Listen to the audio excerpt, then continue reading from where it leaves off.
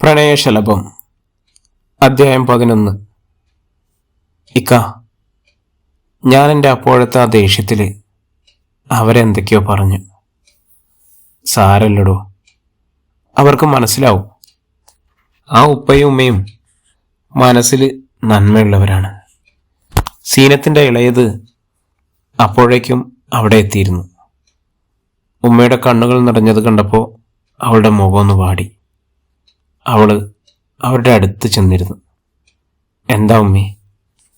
ഒന്നുമില്ല മോളെ, സീനു ദുബായിലുണ്ട്. എല്ലാവരും പറഞ്ഞതുപോലെ അവള് ഭീകരവാദിയാവാൻ പോയതൊന്നുമല്ല, റംഷിയുടെ അടുത്തേക്കാണ് പോയത്. നമുക്ക് അവളുടെ കല്യാണം നടത്തി കൊടുത്താൽ മതിയായിരുന്നു. ഉമ്മയുടെ ശബ്ദത്തിലുള്ള ഇടർച്ച അദ്ദേഹം മനസ്സിലാക്കിയിരുന്നു.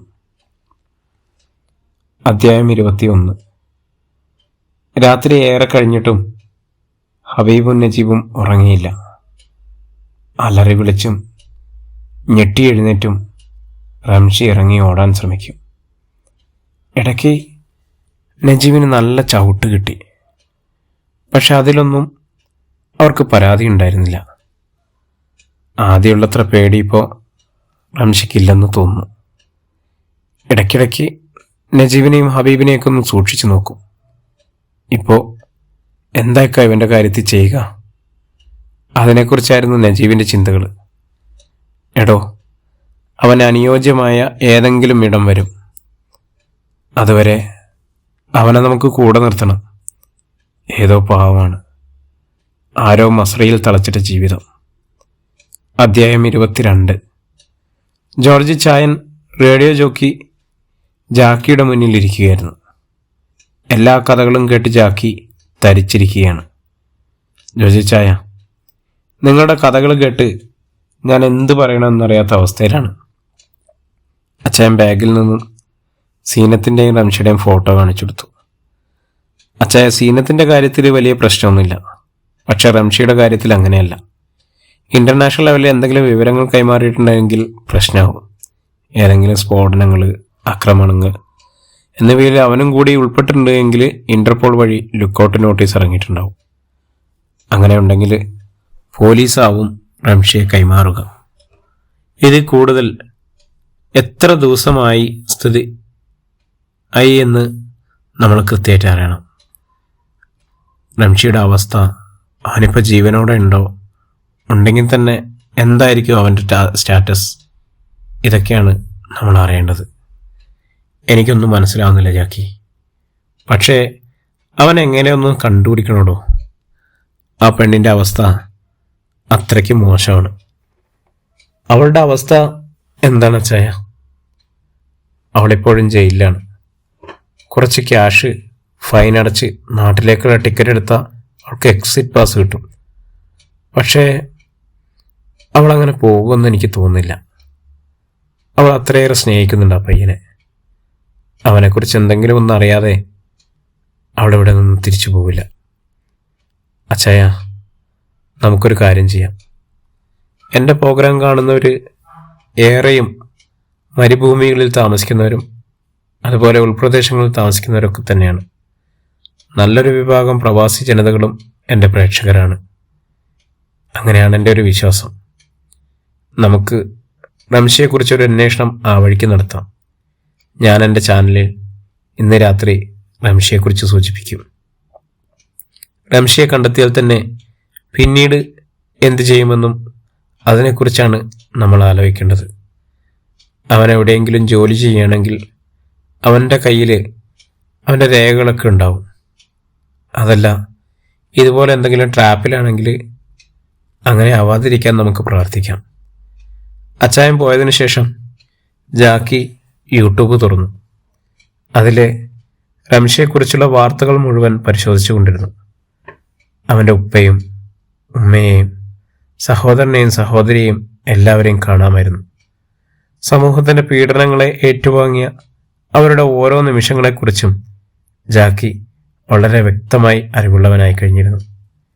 എങ്ങനെ തുടങ്ങണമെന്നോ എന്തു പറഞ്ഞു തുടങ്ങണമെന്നോ അറിവില്ലാത്ത അവസ്ഥ. ജീവിതത്തിൽ ഒരുപാട് അവസ്ഥകൾ നേരിടേണ്ടി വന്നിട്ടുണ്ടെങ്കിലും ഇങ്ങനെ ഒന്ന് ആദ്യമായാണ്. ഒരാൾക്ക് വേണ്ടി കാത്തിരിക്കുന്നു. വിശുദ്ധ പ്രേമങ്ങൾ ഒത്തിരി വായിച്ചിട്ടുണ്ട്. പക്ഷേ ജീവിച്ചിരിക്കുന്നവർ ഇങ്ങനെ നേരിട്ട് വന്ന് നിൽക്കുമ്പോൾ വല്ലാത്തൊരു വിങ്ങൽ പോലെയാണ്. ഈ പരിപാടി ചെയ്യുന്നതിന് മുൻപ് പ്രോഗ്രാം മാനേജറുടെ അനുവാദം വാങ്ങണം. അതിനൊക്കെ മുൻപ് ഇതെങ്ങനെ ആളുകൾക്കിടയിൽ എത്തിക്കണം എന്നതിലാണ് വല്ലാത്തൊരവസ്ഥ നേരിടേണ്ടി വരുന്നത്. ഫ്ലാസ്കിലെ ചായ കപ്പിലേക്ക് പകർന്ന് ഒന്ന് ഊതിക്കുടിച്ച് റംഷിയുടെയും സീനത്തിൻ്റെയും ഫോട്ടോയിലേക്ക് നോക്കി. എന്തും വരട്ടെ എന്ന് മനസ്സിലുറപ്പിച്ച് നേരെ പ്രോഗ്രാം ഡയറക്ടറുടെ മുറിയിലേക്ക് നടന്നു. എന്താണ് ജാക്കി? സാർ, ഞാൻ പുതിയൊരു പ്രോഗ്രാം ചെയ്യുന്നതിനെക്കുറിച്ച് ആലോചിക്കുന്നുണ്ട്.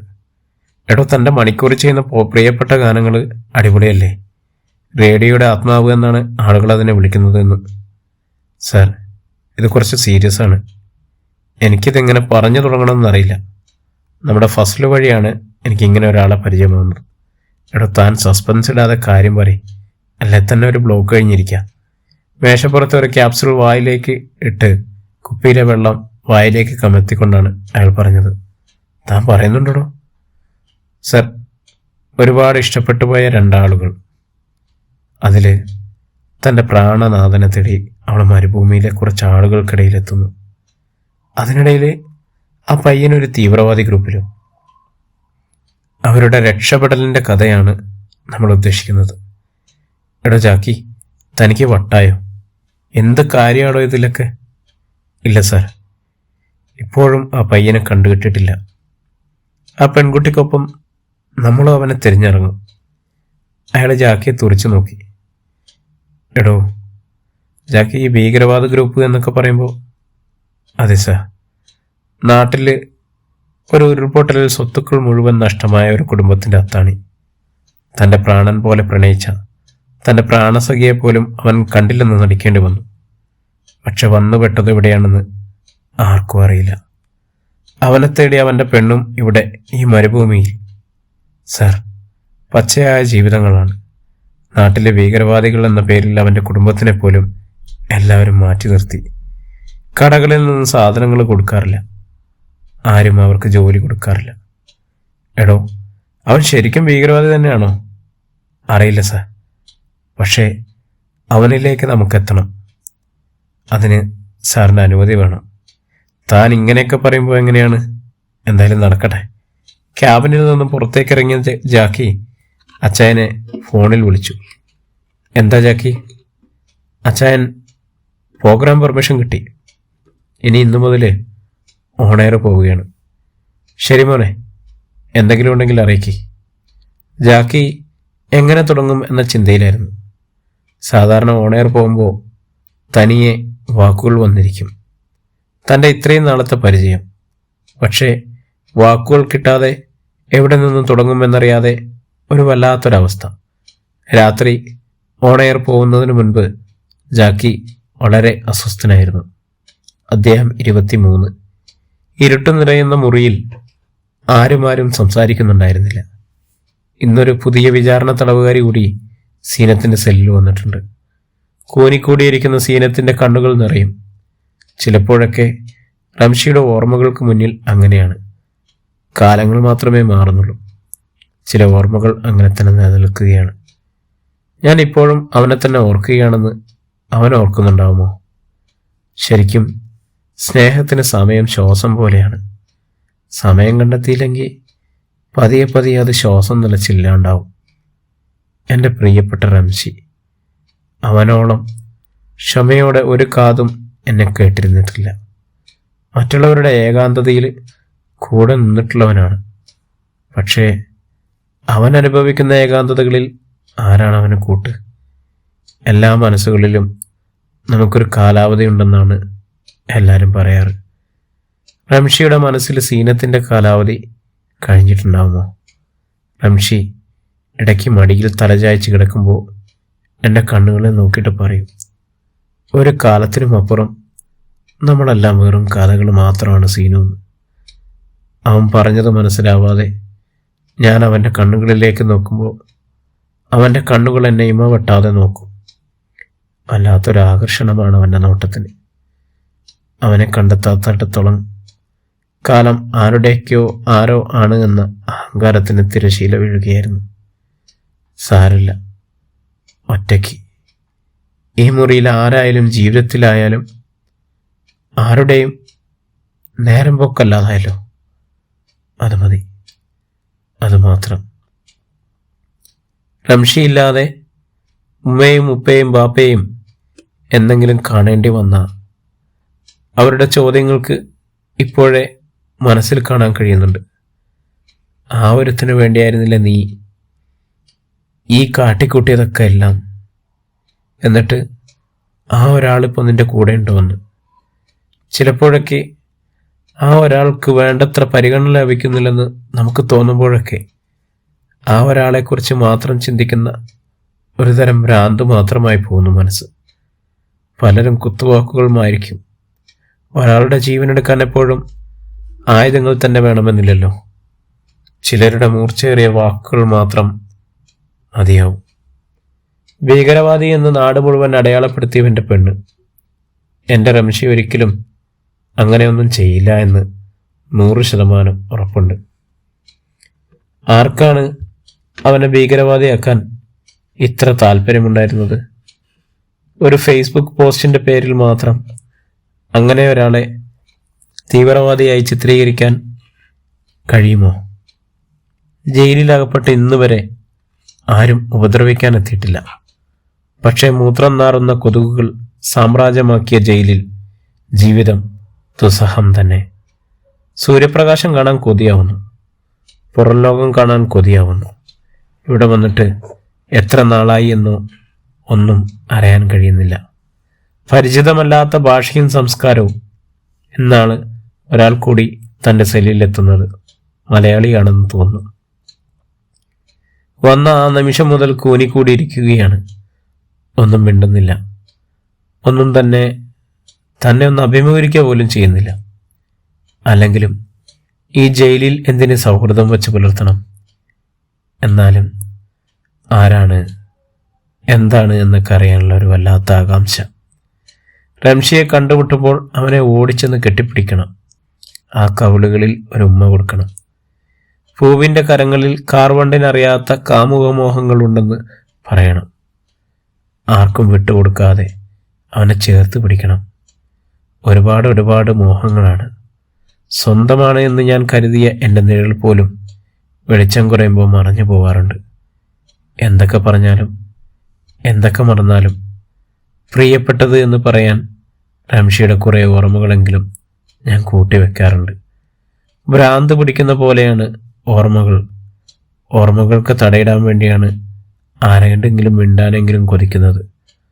ഓരോന്ന് ആലോചിച്ചിരിക്കുമ്പോൾ ഒരു ചെറിയ തേങ്ങൽ സീനത്തിന് കേൾക്കാമായിരുന്നു. അവൾ അങ്ങോട്ട് നോക്കി. പുതുതായി ജയിലിൽ വന്ന സ്ത്രീയായിരുന്നു അത്. അവരങ്ങനെ തേങ്ങി കരയുകയാണ്. അവൾ അവരുടെ അടുത്തേക്ക് എന്ന് അവരെ കുലുക്കി വിളിച്ചു. ഏയ്, വിഷമങ്ങളുണ്ടാവും, എന്നാലും ഇങ്ങനെ കരയില്ലേ? അവളുടെ ശരീരം മുഴുവൻ പർദ്ദ കൊണ്ട് മറച്ചിരുന്നു.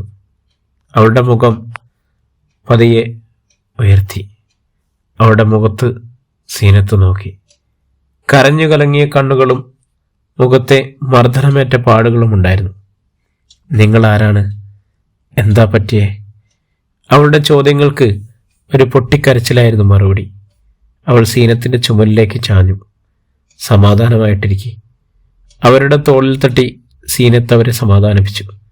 അവരുടെ സംസാരം കേട്ടുകൊണ്ടാവണം ജയിലഴികളിൽ വാർഡൻ ഇരുമ്പു തണ്ടുകൾ കൊണ്ട് അടിച്ച് ശബ്ദമുണ്ടാക്കി. ശബ്ദം പുറത്തു കേൾക്കാതെ സീനത്ത് അവരുടെ വായ ഒതിഞ്ഞു പിടിച്ചു. വാർഡൻ ടോർച്ചടിച്ചു നോക്കി കണുത്തുപോയി. ആരാണ് നിങ്ങൾ? എങ്ങനെയാണ് ഇവിടെ എത്തിയത്? ഞാൻ സതീഷ. നാട്ടിൽ കൊല്ലത്താണ്. ജീവിക്കാൻ, പ്രാരാബ്ദങ്ങളിൽ നിന്നും രക്ഷപ്പെടാൻ, മക്കൾക്ക് നല്ല വിദ്യാഭ്യാസം കൊടുക്കാൻ. അവർ വിശന്ന് കരയുന്നത് സഹിക്കാൻ കഴിയാതെ ഉള്ളത് വെറ്റുപെറുക്കി തരപ്പെടുത്തി വിസയിൽ വന്നതാ. പിന്നെ നിങ്ങൾക്ക് എന്തു പറ്റി? മുഖത്തൊക്കെ ആരാണ് നിങ്ങളെ ഉപദ്രവിച്ചത്? മുഖത്ത് മാത്രമല്ലടോ, ശരീരത്തിൽ മുഴുവൻ അവരെ ഏൽപ്പിച്ച പാടുകളാണ്. കഴുത്തിലും മാറിലും അവരുടെ പല്ലുകളെ ഏൽപ്പിച്ച മുറിവുകളാണ്. ആരാണ് നിങ്ങളെ ഇത്രമാത്രം ബുദ്ധിമുട്ടിച്ചത്? ഉള്ളതെല്ലാം വിറ്റുപെറുക്കി കൊടുത്ത ക്യാഷ് കൊണ്ട് അവർ എനിക്കൊരു വിസ തന്നു. എൻ്റെ പാവം മക്കള് ഇന്നൊരു അനാഥാലയത്തിലാണ്. വീട് വിൽക്കുന്നതിന് ഒരു ദിവസം മുമ്പ് ആ വീട്ടിൽ ഒരുമിച്ചിരുന്ന് ഞാൻ എൻ്റെ മക്കൾക്ക് എൻ്റെ കൈകൊണ്ട് വാരിക്കൊടുത്തു. എൻ്റെ മക്കൾ അറിഞ്ഞു കാണില്ല അതെൻ്റെ അവർക്കൊപ്പമുള്ള അവസാനത്തെ അത്താഴമാണെന്ന്. ചേച്ചിയുടെ വിവാഹം അവരൊന്ന് നെടുവീർപ്പെട്ടു. കശുവണ്ടി ഫാക്ടറി തൊഴിലാളിയായിരുന്നു അമ്മ. വളരെ കുഞ്ഞതിൽ അച്ഛൻ നഷ്ടപ്പെട്ട ഞങ്ങളുടെ എല്ലാ കാര്യങ്ങളും അമ്മ നോക്കിയിരുന്നത് തുച്ഛമായ അമ്മയുടെ ശമ്പളത്തിൽ നിന്നായിരുന്നു. അമ്മയുടെ കൂടെ ഇടയ്ക്ക് ഫാക്ടറിയിൽ പോയിരുന്ന എൻ്റെ അഴക് കണ്ടിട്ടാണ് ആ ഫാക്ടറി സൂപ്പർവൈസർ കൂടെ കൂടിയത്. എന്നേക്കാൾ ഒരുപാട് വയസ്സിന് വ്യത്യാസമുള്ള അയാൾ അമ്മയോട് എന്നെ വിവാഹം ചെയ്തു കൊടുക്കാൻ ആവശ്യപ്പെട്ടു. പക്ഷേ അമ്മ സമ്മതിക്കാതെ വന്നപ്പോൾ അമ്മയുടെ ജോലി നഷ്ടമാവും, കുടുംബം പട്ടിണിയാവും എന്ന സ്ഥിതിയിലായി. ഒടുവിൽ അമ്മ അയാൾക്ക് എന്നെ കെട്ടിച്ചു കൊടുത്തു. അധികം ആരും ഇല്ലാതെ പേരിന് അമ്പലത്തിൽ വെച്ചൊരു താലികെട്ട്. അയാളുടെ മുന്നിൽ ഒന്ന് ചെറുത്തു നിൽക്കാൻ കഴിയാത്ത ഒരു പാവം പെണ്ണ്. മദ്യവും മയക്കുമരുന്നും പരസ്ത്രീ ബന്ധവും അയാളുടെ ജീവിതത്തിലെ ഏറ്റവും വലിയൊരു പരാജയമായിരുന്നു. ദിവസവും മർദ്ദനം. അതിനിടയിൽ കൂനിമ്മക്കുരു എന്ന പോലെ 2 മക്കളും ജനിച്ചു. ഗർഭകാലം.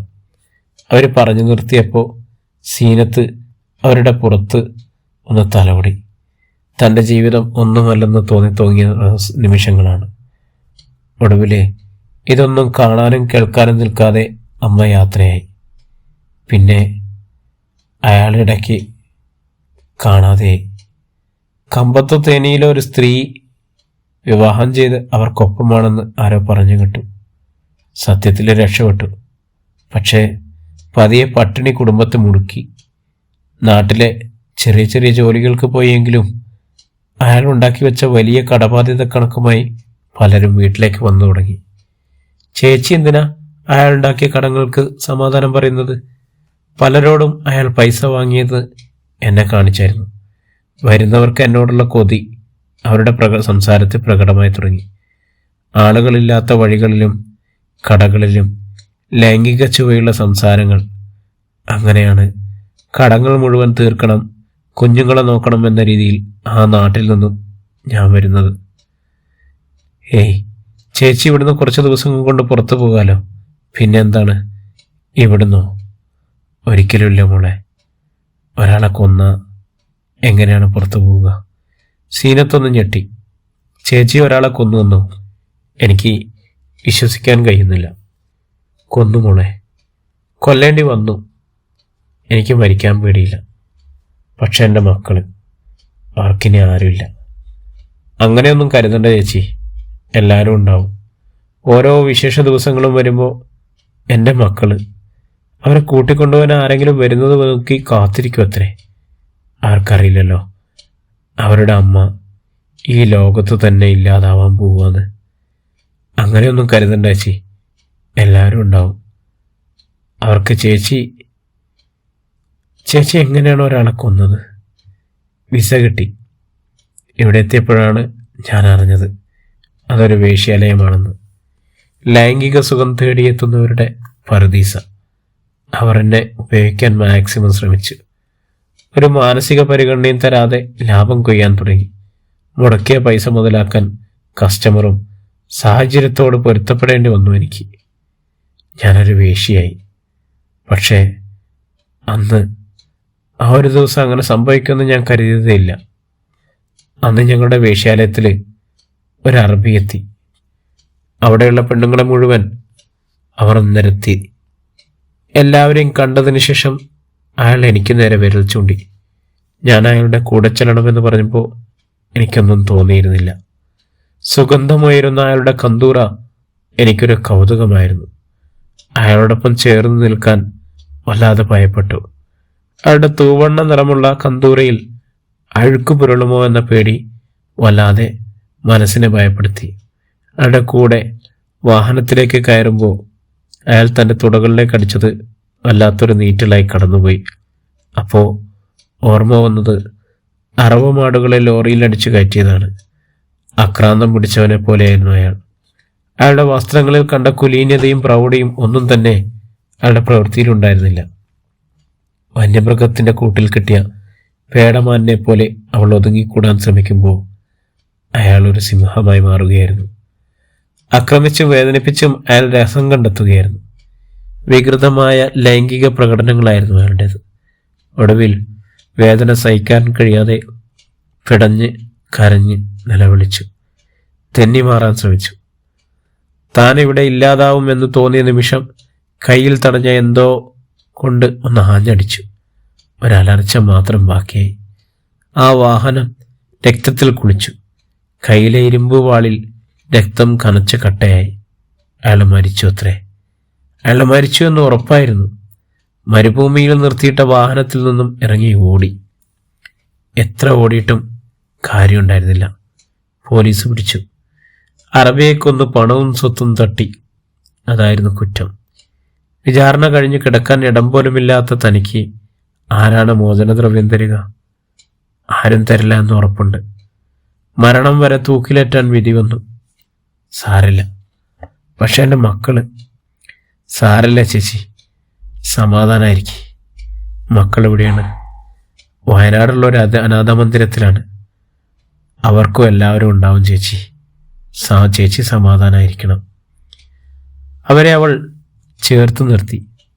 അന്ന് ആ രാത്രി എങ്ങനെ കടന്നുപോയി എന്ന് അവൾക്കറിയില്ലായിരുന്നു. അധ്യായം 23. പ്രിയമുള്ള എൻ്റെ ശ്രോതാക്കളെ, ഞാൻ ജാക്കി. ഞാൻ നിങ്ങളോടൊപ്പം നിങ്ങളിൽ ഒരാളായി ഹൃദയത്തിൽ നിറയുന്നു എന്ന് തന്നെയാണ് എനിക്ക് തോന്നുന്നത്. ഞാൻ നിങ്ങളോട് ഒരു കഥ പറയാൻ ആഗ്രഹിക്കുകയാണ്. ഇഷ്ടപ്പെട്ട പാട്ടുകൾ മാത്രം പാടിത്തന്ന ജാക്കിക്ക് കഥയിൽ എന്താ കാര്യം എന്ന് വിചാരിക്കുന്നുണ്ടാവും. പക്ഷേ ഞാൻ അങ്ങനെ ഒരു സാഹചര്യത്തിലാണ്. ഇവിടെ ഈ മരുഭൂമിയിൽ അല്ല, നാട്ടിലാണ്, കേരളത്തിൽ. ഒരു ഉരുൾപൊട്ടലിൽ എല്ലാം നഷ്ടമായ ഒരു പയ്യൻ അവൻ്റെ ജീവനതുല്യം സ്നേഹിച്ച ഒരു പെൺകുട്ടിയുടെയും കഥയാണ്. പക്ഷേ ഈ കഥയിൽ ചിലയിടങ്ങളിൽ നിങ്ങൾക്കെന്നെ സഹായിക്കാൻ കഴിയും.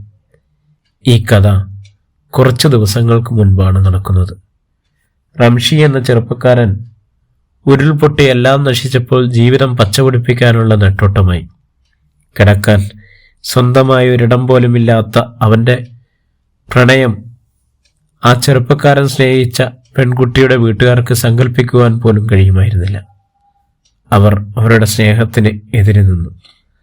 നഷ്ടപ്പെട്ടത് മുഴുവൻ തിരിച്ചു പിടിക്കാൻ അവൻ ഒരു വിസയ്ക്ക് വേണ്ടി പരക്കം പാഞ്ഞു. നിങ്ങളെയും എന്നെയും പോലെ ഈ മരുഭൂമിയിൽ വന്നാൽ രക്ഷപ്പെടും എന്ന് ആരോ പറഞ്ഞു കൊടുത്തിരിക്കണം. ഒടുവിൽ അവന് വിസ കിട്ടി. അവൻ ദുബായിൽ ഒരു കഫ്റ്റീരിയയിൽ ജോലിക്ക് കയറി. പക്ഷേ അവിടെ നിന്നും അവനെ കാണാതായി. അവൻ സ്നേഹിച്ചിരുന്ന പെൺകുട്ടിയെ വേറെ വിവാഹം കഴിപ്പിക്കാനുള്ള അവരുടെ നീക്കം മനസ്സിലാക്കിയ അവൾ അവളുടെ ആഭരണങ്ങൾ ഊരിക്കൊടുത്ത് ആരും അറിയാതെ കള്ള പാസ്പോർട്ട് ഒപ്പിച്ച് ദുബായിലെത്തുന്നു. പക്ഷേ അവൾ അന്വേഷിച്ചെത്തിയ ആൾ അവിടെ ഇല്ലെന്നറിയുമ്പോൾ അവളുടെ മാനസിക നില പോലും തകരാറിലാവുന്നത് പോലെ. ഒടുവിൽ ദുബൈയിൽ കൊണ്ടുവന്ന ഏജൻസി അവളെ ലൈംഗികമായി ചൂഷണം ചെയ്യാൻ ശ്രമിക്കുന്നു. അവിടെ നിന്നും രക്ഷപ്പെട്ട അവൾ ഒരു മനുഷ്യസ്നേഹിയായ ഒരാളുടെ വീട്ടിലെത്തുന്നു. അദ്ദേഹം അവളോട് കാര്യങ്ങളൊക്കെ ചോദിച്ചറിഞ്ഞു. പക്ഷേ അദ്ദേഹം അറിയിച്ച ചില കാര്യങ്ങൾ ആ പയ്യൻ തീവ്രവാദി IASS ഗ്രൂപ്പിൽ ചേർന്നു എന്നതായിരുന്നു. പക്ഷേ അവൾക്കുറപ്പുണ്ട്, അവനൊരിക്കലും അങ്ങനെ ആവാൻ കഴിയില്ല. അവൻ ഈ മരുഭൂമിയിൽ ഏതോ ഒരിടത്ത് അവൻ കുടുങ്ങിക്കിടക്കുന്നു എന്നും മതിയായ യാത്രാരേഖകൾ കയ്യിലില്ലാത്തതുകൊണ്ട് ആ പെൺകുട്ടി ജയിലിലാണ്. പ്രിയപ്പെട്ടവരെ, ഇനി നിങ്ങളുടെ ഊഴമാണ്. ഈ പെൺകുട്ടി തേടിയെത്തിയ പയ്യനെ കണ്ടുപിടിക്കാൻ നിങ്ങൾക്കും കഴിയും. എന്നോടൊപ്പം നിങ്ങളും ഉണ്ടാവണം എന്ന ആ പയ്യനെ സീനത്തിനെയും തിരിച്ച് അവരുടെ ജീവിതത്തിലേക്ക് തിരിച്ചു കൊടുക്കാൻ നമുക്ക് കഴിയില്ലേ? ജാക്കി പതിയെ പ്രൊഡ്യൂസറെ ഒന്ന് നോക്കി. അയാളുടെ മുഖത്ത് ഒരു സന്തോഷം നിറഞ്ഞിരുന്നു. റംഷിയെക്കുറിച്ച് എന്തെങ്കിലും ഒരു വിവരം കിട്ടാതെ ഇരിക്കില്ല, ഉറപ്പാണ്. വീണ്ടും വീണ്ടും റംഷിയെ ഓർത്തുള്ള കാത്തിരിപ്പ് അങ്ങനെ തുടരുകയാണ്. പെട്ടെന്ന് സ്റ്റുഡിയോയുടെ ഫോൺ റിങ് ചെയ്തു. എല്ലാവരും ഞെട്ടലോടെ അങ്ങോട്ട് നോക്കി. ഹൃദയമിടിപ്പോടെ ജാക്കിയും സ്റ്റുഡിയോയിൽ ഉണ്ടായിരുന്ന എല്ലാവരും അങ്ങോട്ട് നോക്കി.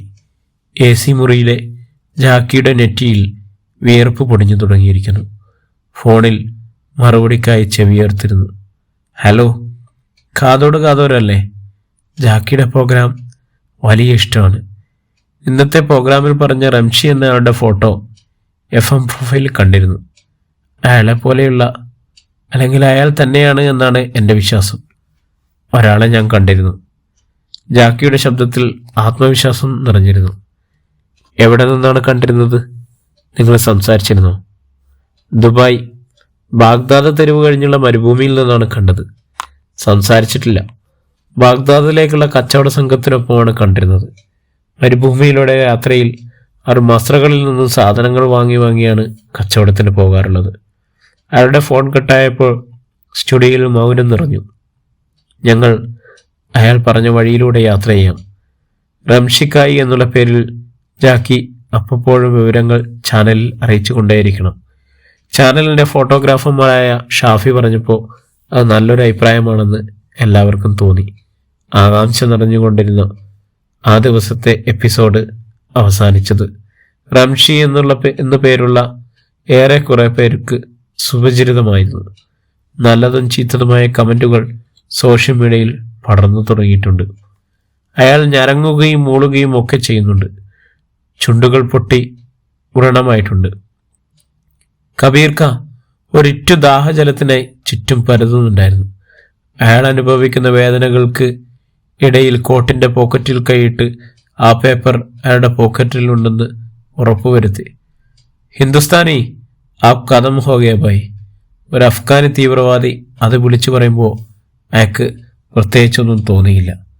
ഭാനി ദാഹത്താൽ പറഞ്ഞ കബീർക്ക അവരോട് യാചിച്ചു.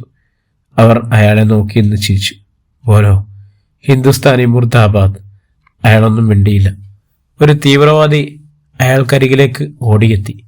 തോക്കിൻ്റെ പാത്തി കബീറിൻ്റെ നെഞ്ചിലേക്ക് ആഴ്ന്നിറങ്ങി. ഉമ്മ എന്ന നിലവിളിക്ക് അപ്പുറം കബീറിൻ്റെ ശരീരത്തിൻ്റെ ചലനമറ്റു. മറ്റുള്ളവർ അയാളെ കുലുക്കി വിളിച്ചുവെങ്കിലും അയാൾ വിളികേട്ടില്ല. Passport may visa മാർദിയ. എല്ലാവരും കുലുങ്ങി ചിരിച്ചു. അധ്യായം 25. റംഷിയുടെ സ്ഥിതി അല്പം മെച്ചപ്പെട്ടു വരുന്നത് പോലെ തോന്നി ഹബീബിനും നജീബിനും.